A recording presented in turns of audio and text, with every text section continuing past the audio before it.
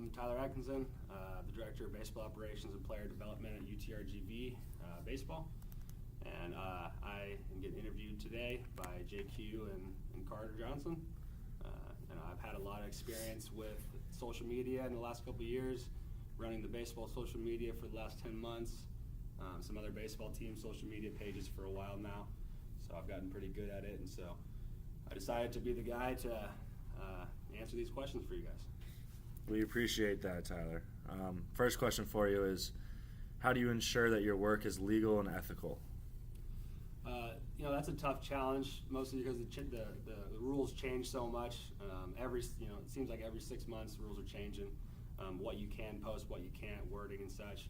But our compliance team that we have at UTRGV is amazing. They keep us on the ball all the time. They update the rules. They make sure that we know specific rules for what we're posting is known to us ahead of time so that we don't make those mistakes. Awesome. Second question is, have you ever posted something for the team that has to be censored?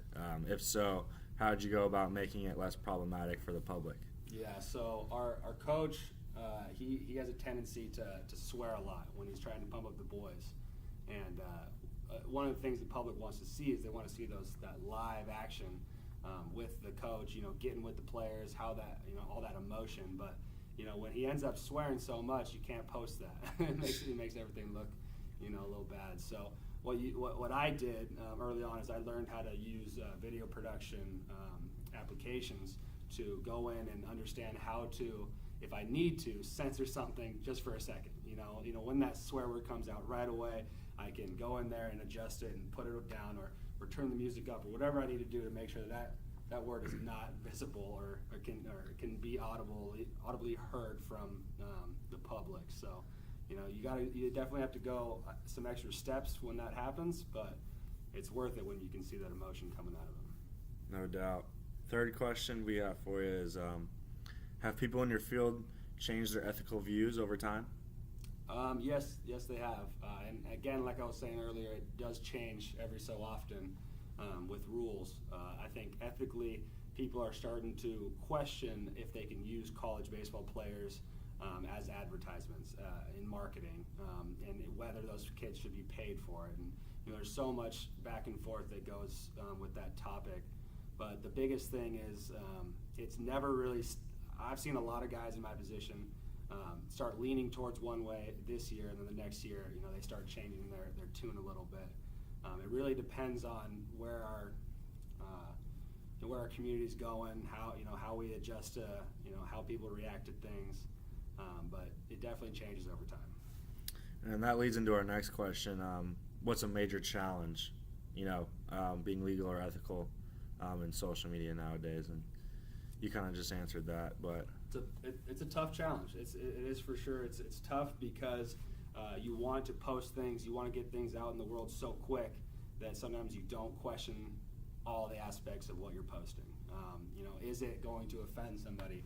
Is there something in the background? Is there something that you can hear that people wouldn't like? So it's definitely a challenge to get stuff out quickly, but also make sure that it's legal and it's within the rules. So. Yeah, have you ever found yourself in a situation where you might have released information that might cause danger to people out there in the public? I wouldn't say danger. I've definitely posted something that I've been told to take down right away. It wasn't anything about danger or putting somebody in a tough position, but there has been times where I post something and it leads to a phone call where I got to take that down real quick. Yeah, I don't want to make Chris King mad, huh? Don't want to do that. How have you changed the way in which you deliver information on social media? So that's a good question. So it's from when I first started, I did everything a certain way, and that changed really quickly with how much audience interaction I was getting from those posts. Whether it was, first it was a lot of me, describing our practices or a game or the boys getting ready to go. And what I realized a lot recently is people love video. They love images. They love seeing something. And so the biggest thing for me that I've had to work on is finding a way to get the audience engaged without throwing too much at them, all at once. Awesome. And then the last question is, what's your favorite part about being the baseball operations guy for UTRGV? And do you have any advice for anybody else that wants to be in that position one day too? It's definitely it's a tough job, but there's a lot of perks to it. I spent 5-6 years in an office, working 12 hours a day, and I was making good money, but I hated it. I got this opportunity to be a volunteer here, and to be around a lot of players that I really admire how hard they work. The environment of a baseball field is a lot better to me than than an office. So the big thing with me is I've enjoyed so much of it just because it doesn't feel like work to me.